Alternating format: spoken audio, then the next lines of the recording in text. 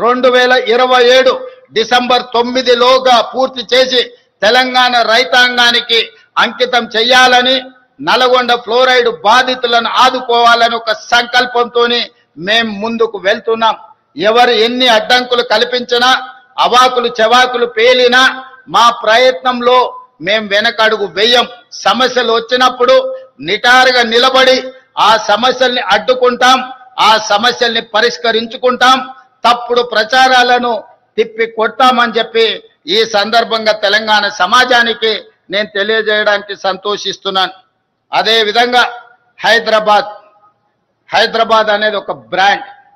ఈ బ్రాండే మన యొక్క ఇమేజ్ ప్రపంచ స్థాయిలో. అందుకే హైదరాబాద్ గేట్వే ఆఫ్ వరల్డ్ గా తీర్చిదిద్దాలని ఈనాడు పూర్తి స్థాయిలో మన ప్రభుత్వం ప్రణాళికలు రచిస్తుంది. దాంట్లో భాగంగానే హైదరాబాద్ మహానగరం మన బలం, మన బ్రాండ్. ఈ బ్రాండ్ భవిష్యత్తులో ప్రపంచ వేదికపై సగర్వంగా నిలబెట్టే దీర్ఘకాలిక ప్రణాళికలను రచిస్తున్నాం. 2035 నాటికి తెలంగాణ $1 ట్రిలియన్ ఎకానమీగా, 2047 నాటికి $3 ట్రిలియన్ ఎకానమీగా ఎదగాలన్నదే తెలంగాణ ప్రభుత్వం యొక్క లక్ష్యం. అది సాధించిన నాడు భారతదేశానికే కాదు ప్రపంచానికే హైదరాబాద్ గేట్వేగా మారుతుంది. ఆ దిశగా మొత్తం రాష్ట్రానికి మేము మాస్టర్ ప్లాన్ తయారు చేస్తున్నాం. అంతర్జాతీయ ప్రమాణాలతో కూడిన మౌలిక సదుపాయాలతో హైదరాబాద్ తెలంగాణ ఉండాలన్నది మా ప్రభుత్వం యొక్క సంకల్పం. రోడ్లు, విద్యుత్తు, అదే విధంగా రవాణా సదుపాయాలు, మురుగునీటి పారుదల, వాతావరణ స్వచ్ఛత, ఇలా అన్ని కోణాల్లో అత్యంత స్వచ్ఛమైన సుఖమైన జీవన ప్రమాణాలతో కూడిన నగరంగా హైదరాబాదును మార్చాలని మేము ప్రయత్నం చేస్తున్నాం. ఈ దశగా ఇప్పటికే ప్రభుత్వం చేస్తున్న ప్రయత్నాలు సత్ఫలితాలను అందిస్తున్నాయి. 1,00,000 కోట్ల అంతర్జాతీయ పెట్టుబడులకు హైదరాబాదు కేర్ ఆఫ్ అడ్రస్ గా మారుతుంది. గ్లోబల్ కేపబిలిటీ సెంటర్లకు హబ్ గా మారుతుంది.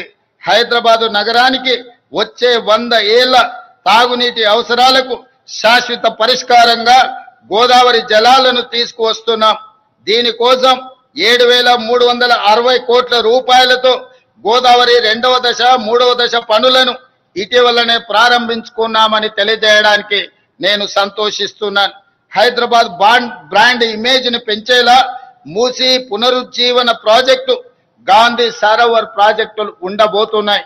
ఈనాడు దేశంలో గుజరాత్ సబర్మతి సరోవర్ రివర్ ఫ్రంట్ ని, ఢిల్లీ గంగా నది రివర్ ఫ్రంట్ ని, ఉత్తరప్రదేశ్ యమునా నది రివర్ ఫ్రంట్, గంగా నది ఉత్తరప్రదేశ్ లో, యమునా నది ఢిల్లీలో రివర్ ఫ్రంట్లుగా అక్కడి ప్రభుత్వాలు ప్రక్షాళన చేస్తున్నాయి. గుజరాత్ తో, ఢిల్లీతో, ఉత్తరప్రదేశ్ తో పోటీ పడి తెలంగాణ రాష్ట్రం మన మూసీ నది ప్రక్షాళన చేసి హైదరాబాద్ ఒక సుందరమైన నగరమే కాదు, వాతావరణ కాలుష్యానికి దూరంగా అభివృద్ధి చెందిన నగరంగా తీర్చిదిద్దడానికి ఈనాడు ప్రణాళికలు సిద్ధం చేస్తున్నాం. ఈ ప్రణాళికలతో ముందుకు వెళ్తున్న సందర్భంలో ఎదురైతున్న ఛాలెంజ్లను పరిష్కరించుకుంటూ మూసీ పరివాహక ప్రాంతంలో నిరుపేదలు అత్యంత కష్టమైన జీవితాన్ని గడుపుతున్నారు. నిన్నగాక మొన్న కురిసిన అత్యధిక వర్షాలు, క్లౌడ్ బస్ట్ వల్ల పేదల జీవితాలు అతలాకుతలమే కాదు, పేదలు మూసీ నదిలో కొట్టుకుపోయినారు. దీనికి ప్రధానమైన కారణం ఎక్కడ నివసించడానికి అవకాశం లేక హైదరాబాదు నగరంలో జీవనాధారం కోసం వచ్చిన వివిధ ప్రాంతాల వాళ్ళు మూసీ పరివాహక ప్రాంతంలో గుడిసెలేసుకొని జీవనం సాగిస్తున్నారు. ఈ గతంలో జరిగిన తప్పిదాల వల్ల ఈనాడు ఆ పేదల జీవితం దుర్భరమైంది. ప్రజలు కొట్టుకొని పోతున్నారు మూసీ నదిలో. అందుకే ఆలోచన చేసి మూసీ పరివాహక ప్రాంతంలో ఉన్న పేదలకు మంచి జీవన ప్రమాణాలు కల్పించే అభివృద్ధిని చేయడమే కాదు, మూసీ పరివాహక ప్రాంతాన్ని కూడా అద్భుతంగా తీర్చిదిద్ది ఒక ఆర్థిక వ్యవస్థగా, ఒక నైట్ ఎకానమీ. హైదరాబాద్ నగరం రోజంతా పనిచేస్తే మూసీ రివర్ ఫ్రంట్ మొత్తం రాత్రి మొత్తం సాయంత్రం 7 గంటల నుంచి ఉదయం 6 గంటల వరకు అక్కడ ఆర్థిక వ్యవస్థను బలోపేతం చేసి అక్కడ వ్యాపార పారిశ్రామిక కార్యక్రమాలను నిరంతరం జరిగే విధంగా ప్రభుత్వం అనుమతులు ఇవ్వడం ద్వారా తెలంగాణ రాష్ట్ర ఆర్థిక వ్యవస్థను పెంపొందించడమే కాదు, తెలంగాణ నిరుద్యోగ యువతకు ఉద్యోగ ఉపాధి అవకాశాలు అక్కడ వస్తాయి. అందుకే ఈ రోజు తెలంగాణ రాష్ట్ర ప్రభుత్వం మూసీ నది ప్రక్షాళన, మూసీ నది పరివాహక ప్రాంతంలో అభివృద్ధి కార్యక్రమాలు, ఈ అభివృద్ధి కార్యక్రమాల వల్ల నిరుద్యోగ యువకులకు ఉద్యోగ ఉపాధి అవకాశాలు కల్పించడమే కాకుండా రాష్ట్రానికి ఒక సైకిల్ కొత్త ఆర్థిక వ్యవస్థను అందిస్తాం. ఈ రోజు ఉదయం 6-7 గంటల నుంచి రాత్రి 9 గంటల వరకే మన వ్యాపార కార్యక్రమాలు జరుగుతున్నాయి. కానీ మూసీ నది పరివాహక ప్రాంతంలో రాత్రి మొత్తం ఆర్థిక వ్యవస్థ నడిచే విధంగా ప్రతి వాళ్ళు ఏమి కావాలన్నా అక్కడ నుంచి పొందవచ్చు, ప్రతి వాళ్ళు అక్కడికి వెళ్ళొచ్చు. ప్రపంచ పర్యాటకులను ఆకర్షించే విధంగా మూసీ నది పరివాహక ప్రాంతాన్ని ఈ రోజు అభివృద్ధి చేస్తాం.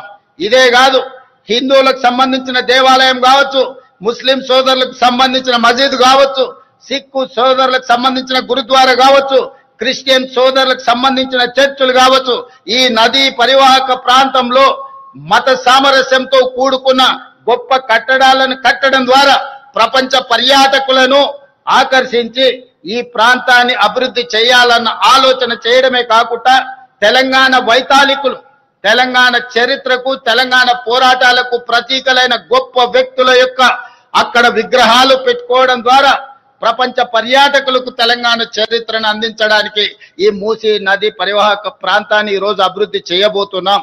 ఈనాడు హైదరాబాద్ చార్మినార్ ప్రాంతంలో వెళ్తే కాలు తీసి కాలు పెట్టలేని పరిస్థితి. ఉస్మానియా ఆసుపత్రికి వెళ్తే ఆ దుర్గంధంతో మనం చనిపోయే పరిస్థితులు ఉన్నాయి. వీటన్నిటిలో మార్పు రావాలి. ఈ మార్పు తెలంగాణ అభివృద్ధిలో భాగస్వామ్యం కావాలి. వీటి కోసం నా ప్రభుత్వం నిరంతరం ప్రయత్నం చేస్తుంది.